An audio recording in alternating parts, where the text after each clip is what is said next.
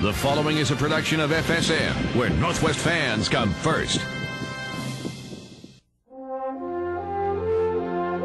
When you get here, you know that there's only one place like it, no other place in the world like Cooperstown, New York. This is the biggest honor in my life. I know that. It's our Oscar, it's our Academy Award, and you can't go anywhere from here.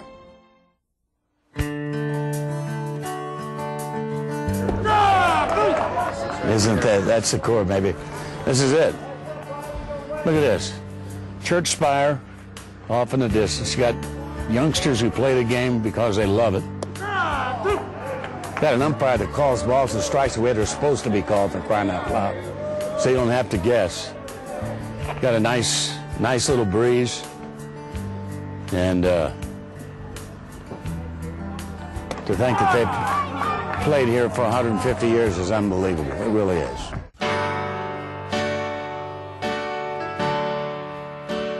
Today's guest has a trademark phrase, my oh my, which eloquently describes his extraordinary career. He grew up in Indiana, was educated at the University of Indiana, and joined the military. He broadcast Armed Forces Radio, then aired the 1969 through 1976 Angels.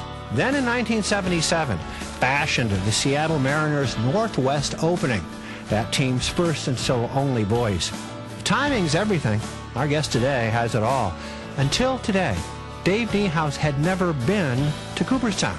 Well, in addition to today, he returns to Cooperstown later this year, where he will receive the Ford C. Frick Award for Broadcast Excellence, presenting an artist who paints with baseball words, truly the ageless Mariner, Dave Niehaus.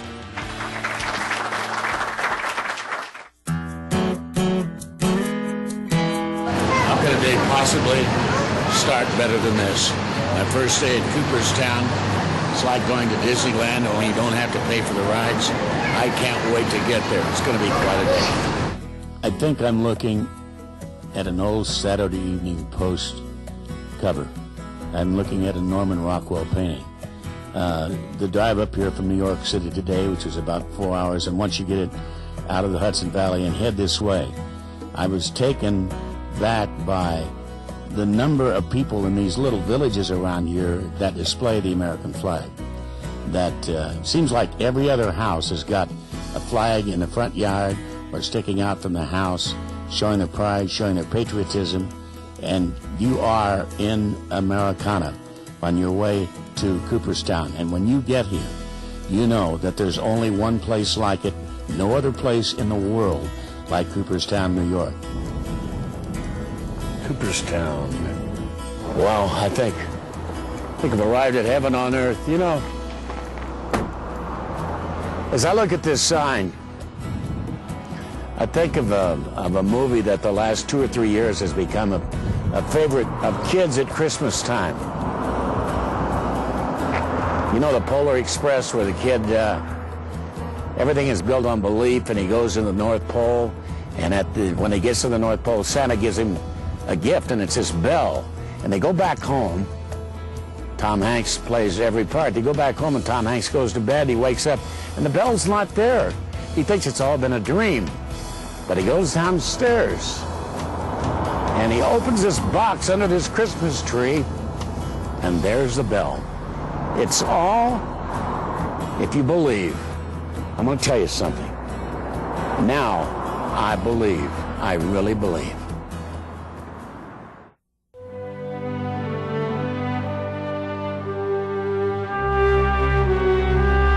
Wow. This is very, very emotional, very awe-inspiring to a baseball fan. You know, if you're a baseball fan, you're in heaven.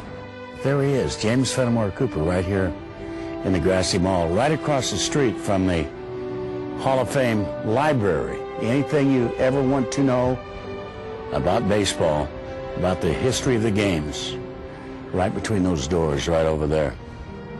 You can see up there on the weather vane, there's a guy at bat. Why not? It's like no other building. You walk into the rotunda just in awe. I mean, you open the front door, and there are these huge statues of Babe Ruth and Ted Williams, all carved out of one block of wood. And that's just the beginning. If you're a baseball fan, of the most incredible experience of your life. So, Dave, we're in the Hall of Fame plaque gallery, starting with the first 5 plaques of 1936, Christy Mathewson, Babe Ruth, Ty Cobb, Walter Johnson, Honus Wagner. The gallery then is arranged in chronological order, 1937 to 71, then 72 to 99, and then here in the rotunda, on the right side, the even number years, 2000 all the way through 2006. The 2008 plaques will hang down here. Right. And then the odd number years on the left. So this is the sacred ground, the holy hallowed halls. Absolutely.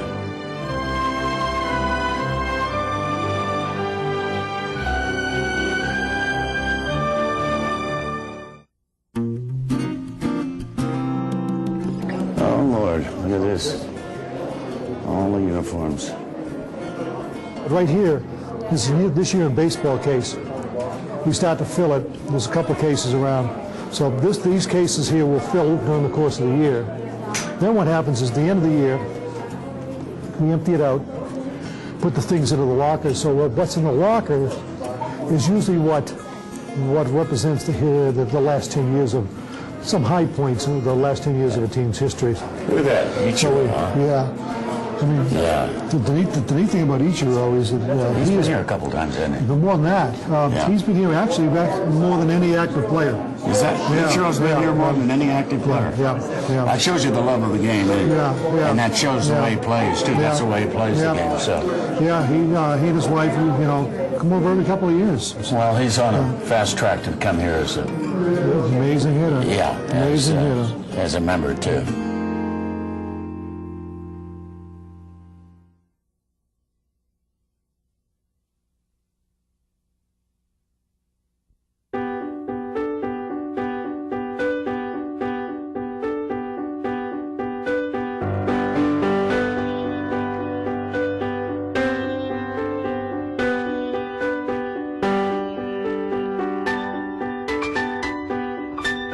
When you get down into the catacombs of the museum where everything is temperature controlled and you have to put on the white gloves to handle certain artifacts. It's like your Marcus Welby, right? It's unbelievable. This is like going into the heart of Fort Knox to me.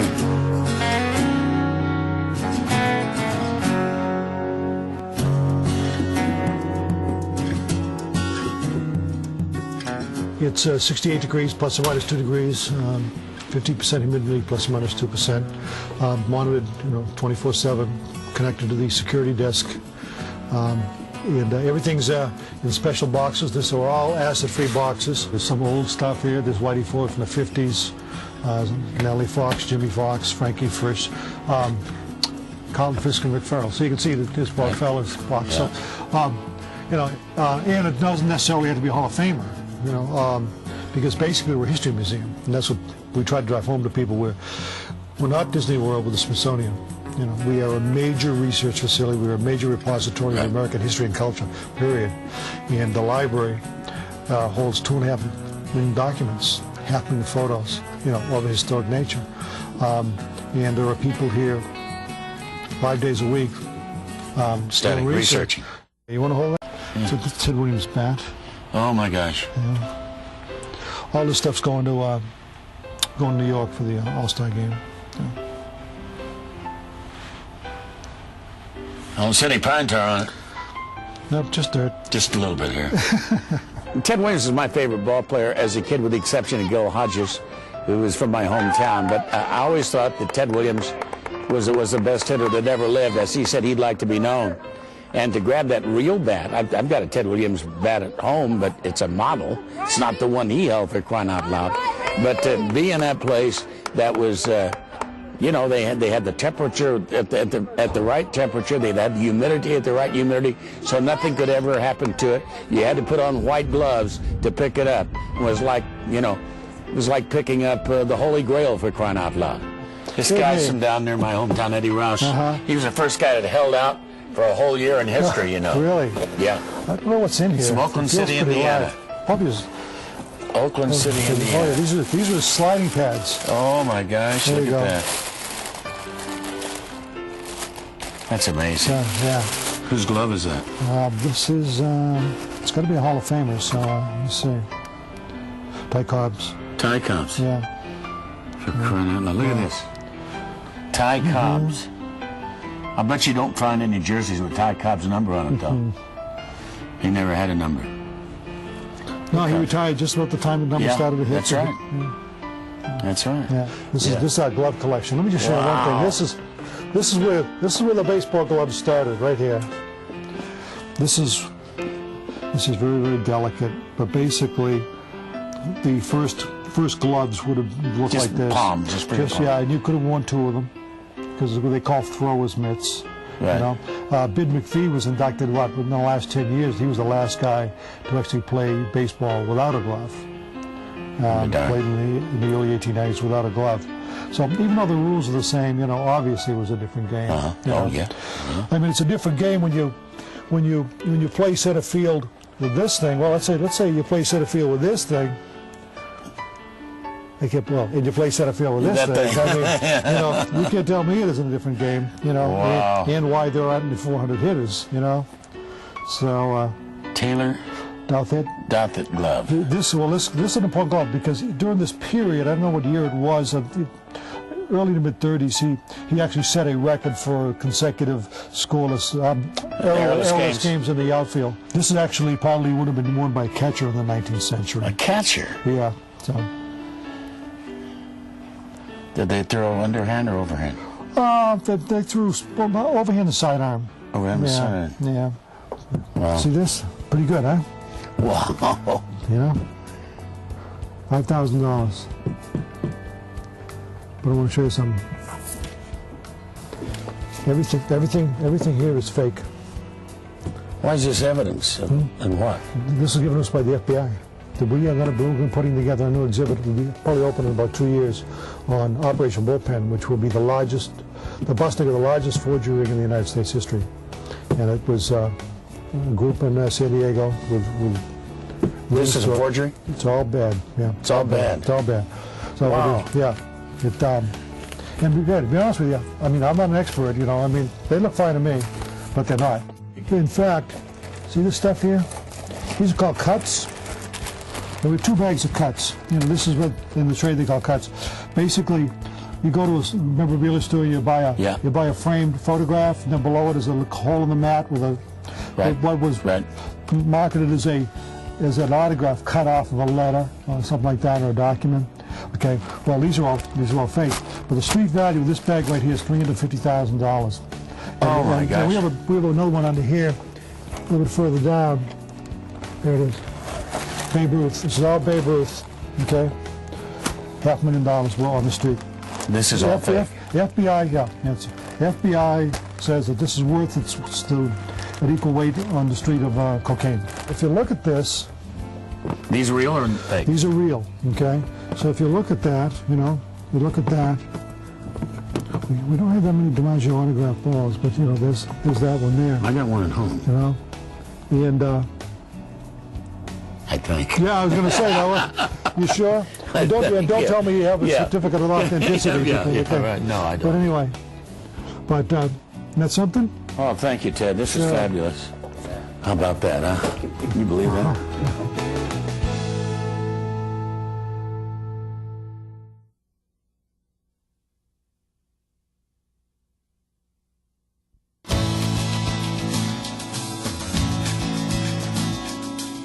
Dave Niehaus, I think, is a professional. He's accurate, he's thorough, but he's also an entertainer. He loves the game, and he grew up and he inhaled baseball when he was young.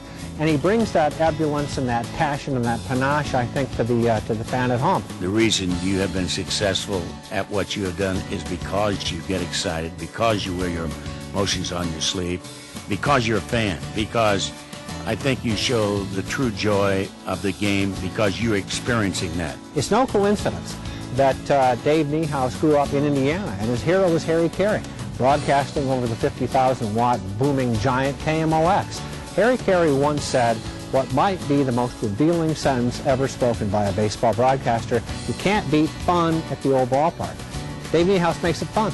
I would hear this voice come out of that radio. It might be, it could be, it is. And with every sprays like that, I can jump about 3 inches off of the slider or the glider there. Interesting that a writer would say that about a broadcaster, you know, but it's true. The Ford C. Frick Award is given annually by the National Baseball Hall of Fame and Museum for outstanding career contributions to baseball broadcasting. And as the 2008 recipient, Dave Niehaus certainly is representative of the qualities and characteristics of those who have come before him. To join that wall out there, I'll be the 32nd member of the Ford Frick Award. Just blows my mind away. Some very distinguished names have received the award throughout the years. Jimmy Dudley, Vin Scully, Jack Brickhouse, Harry Carey. Some great names that help connect the game of baseball to fans all across the country. Your image and your testimony over here for the year, and then what happens is you get put here. The Frick Award was named after Ford Frick, who you know, was an early broadcaster. Then he was president of the National League. He was a speechwriter. And was he? I don't know. I didn't realize that. And then so that's how Ruth realized that it was 25 years ago yesterday that I played my first game. I was wondering, you know, I said, man, I didn't realize. Okay, so that's how. It's good to know. Jimmy Dudley here was the Seattle Pilots announcer in 1969. The only year of the Seattle Pilots, but he made his name being the Cleveland Indians announcer. But you can't believe what it is to be able to join, to become the 32nd guy to be put on this wall. When you think about it, you know, it is in the old days, the pre-television days, but even still today, it's the connection that we have between the games, the voice of the announcers. It used to be radio, man. That was it. You know, I mean, it's indescribable. I mean, it's as I've said several times, it's our Academy Award. It's you know, it's our Oscar, and I'm only the 32nd guy to be so honored, and to be honored in this place is all the more unbelievable to me. One of these days, somebody's going to wake me up and tell me this is not true.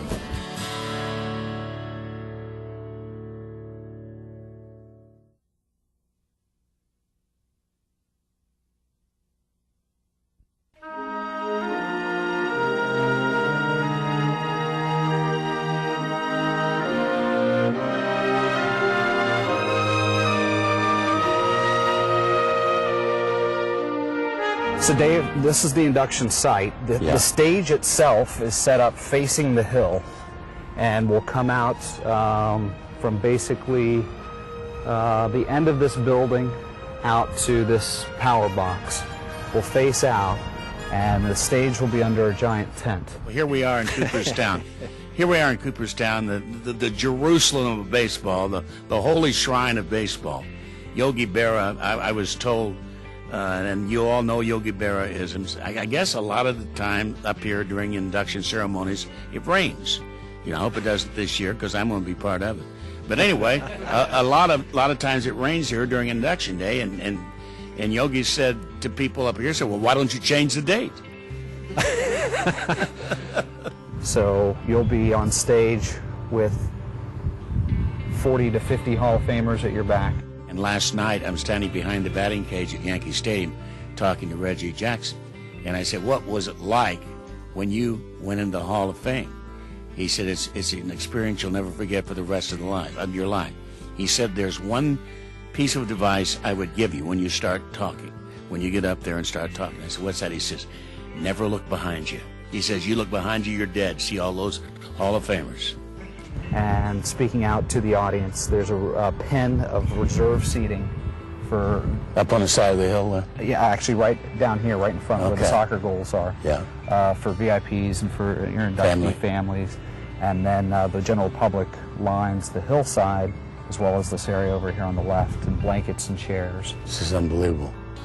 I can't wait now that I've been here. I had such second thoughts, you know, about, I mean, because this is an intimidating place to a guy like, you know, I mean, it really is.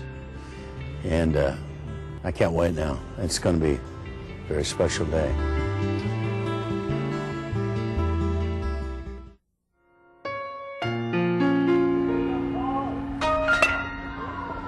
All right.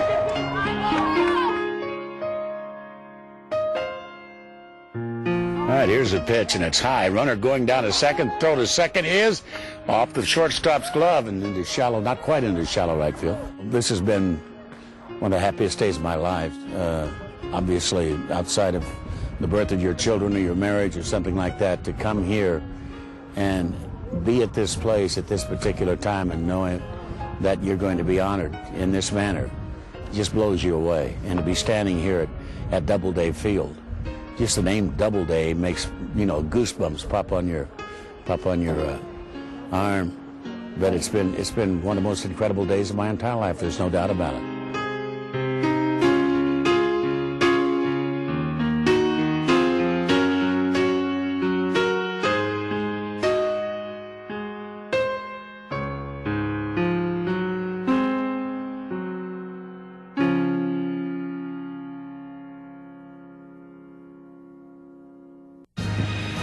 This has been a production of FSM, where Northwest fans come first.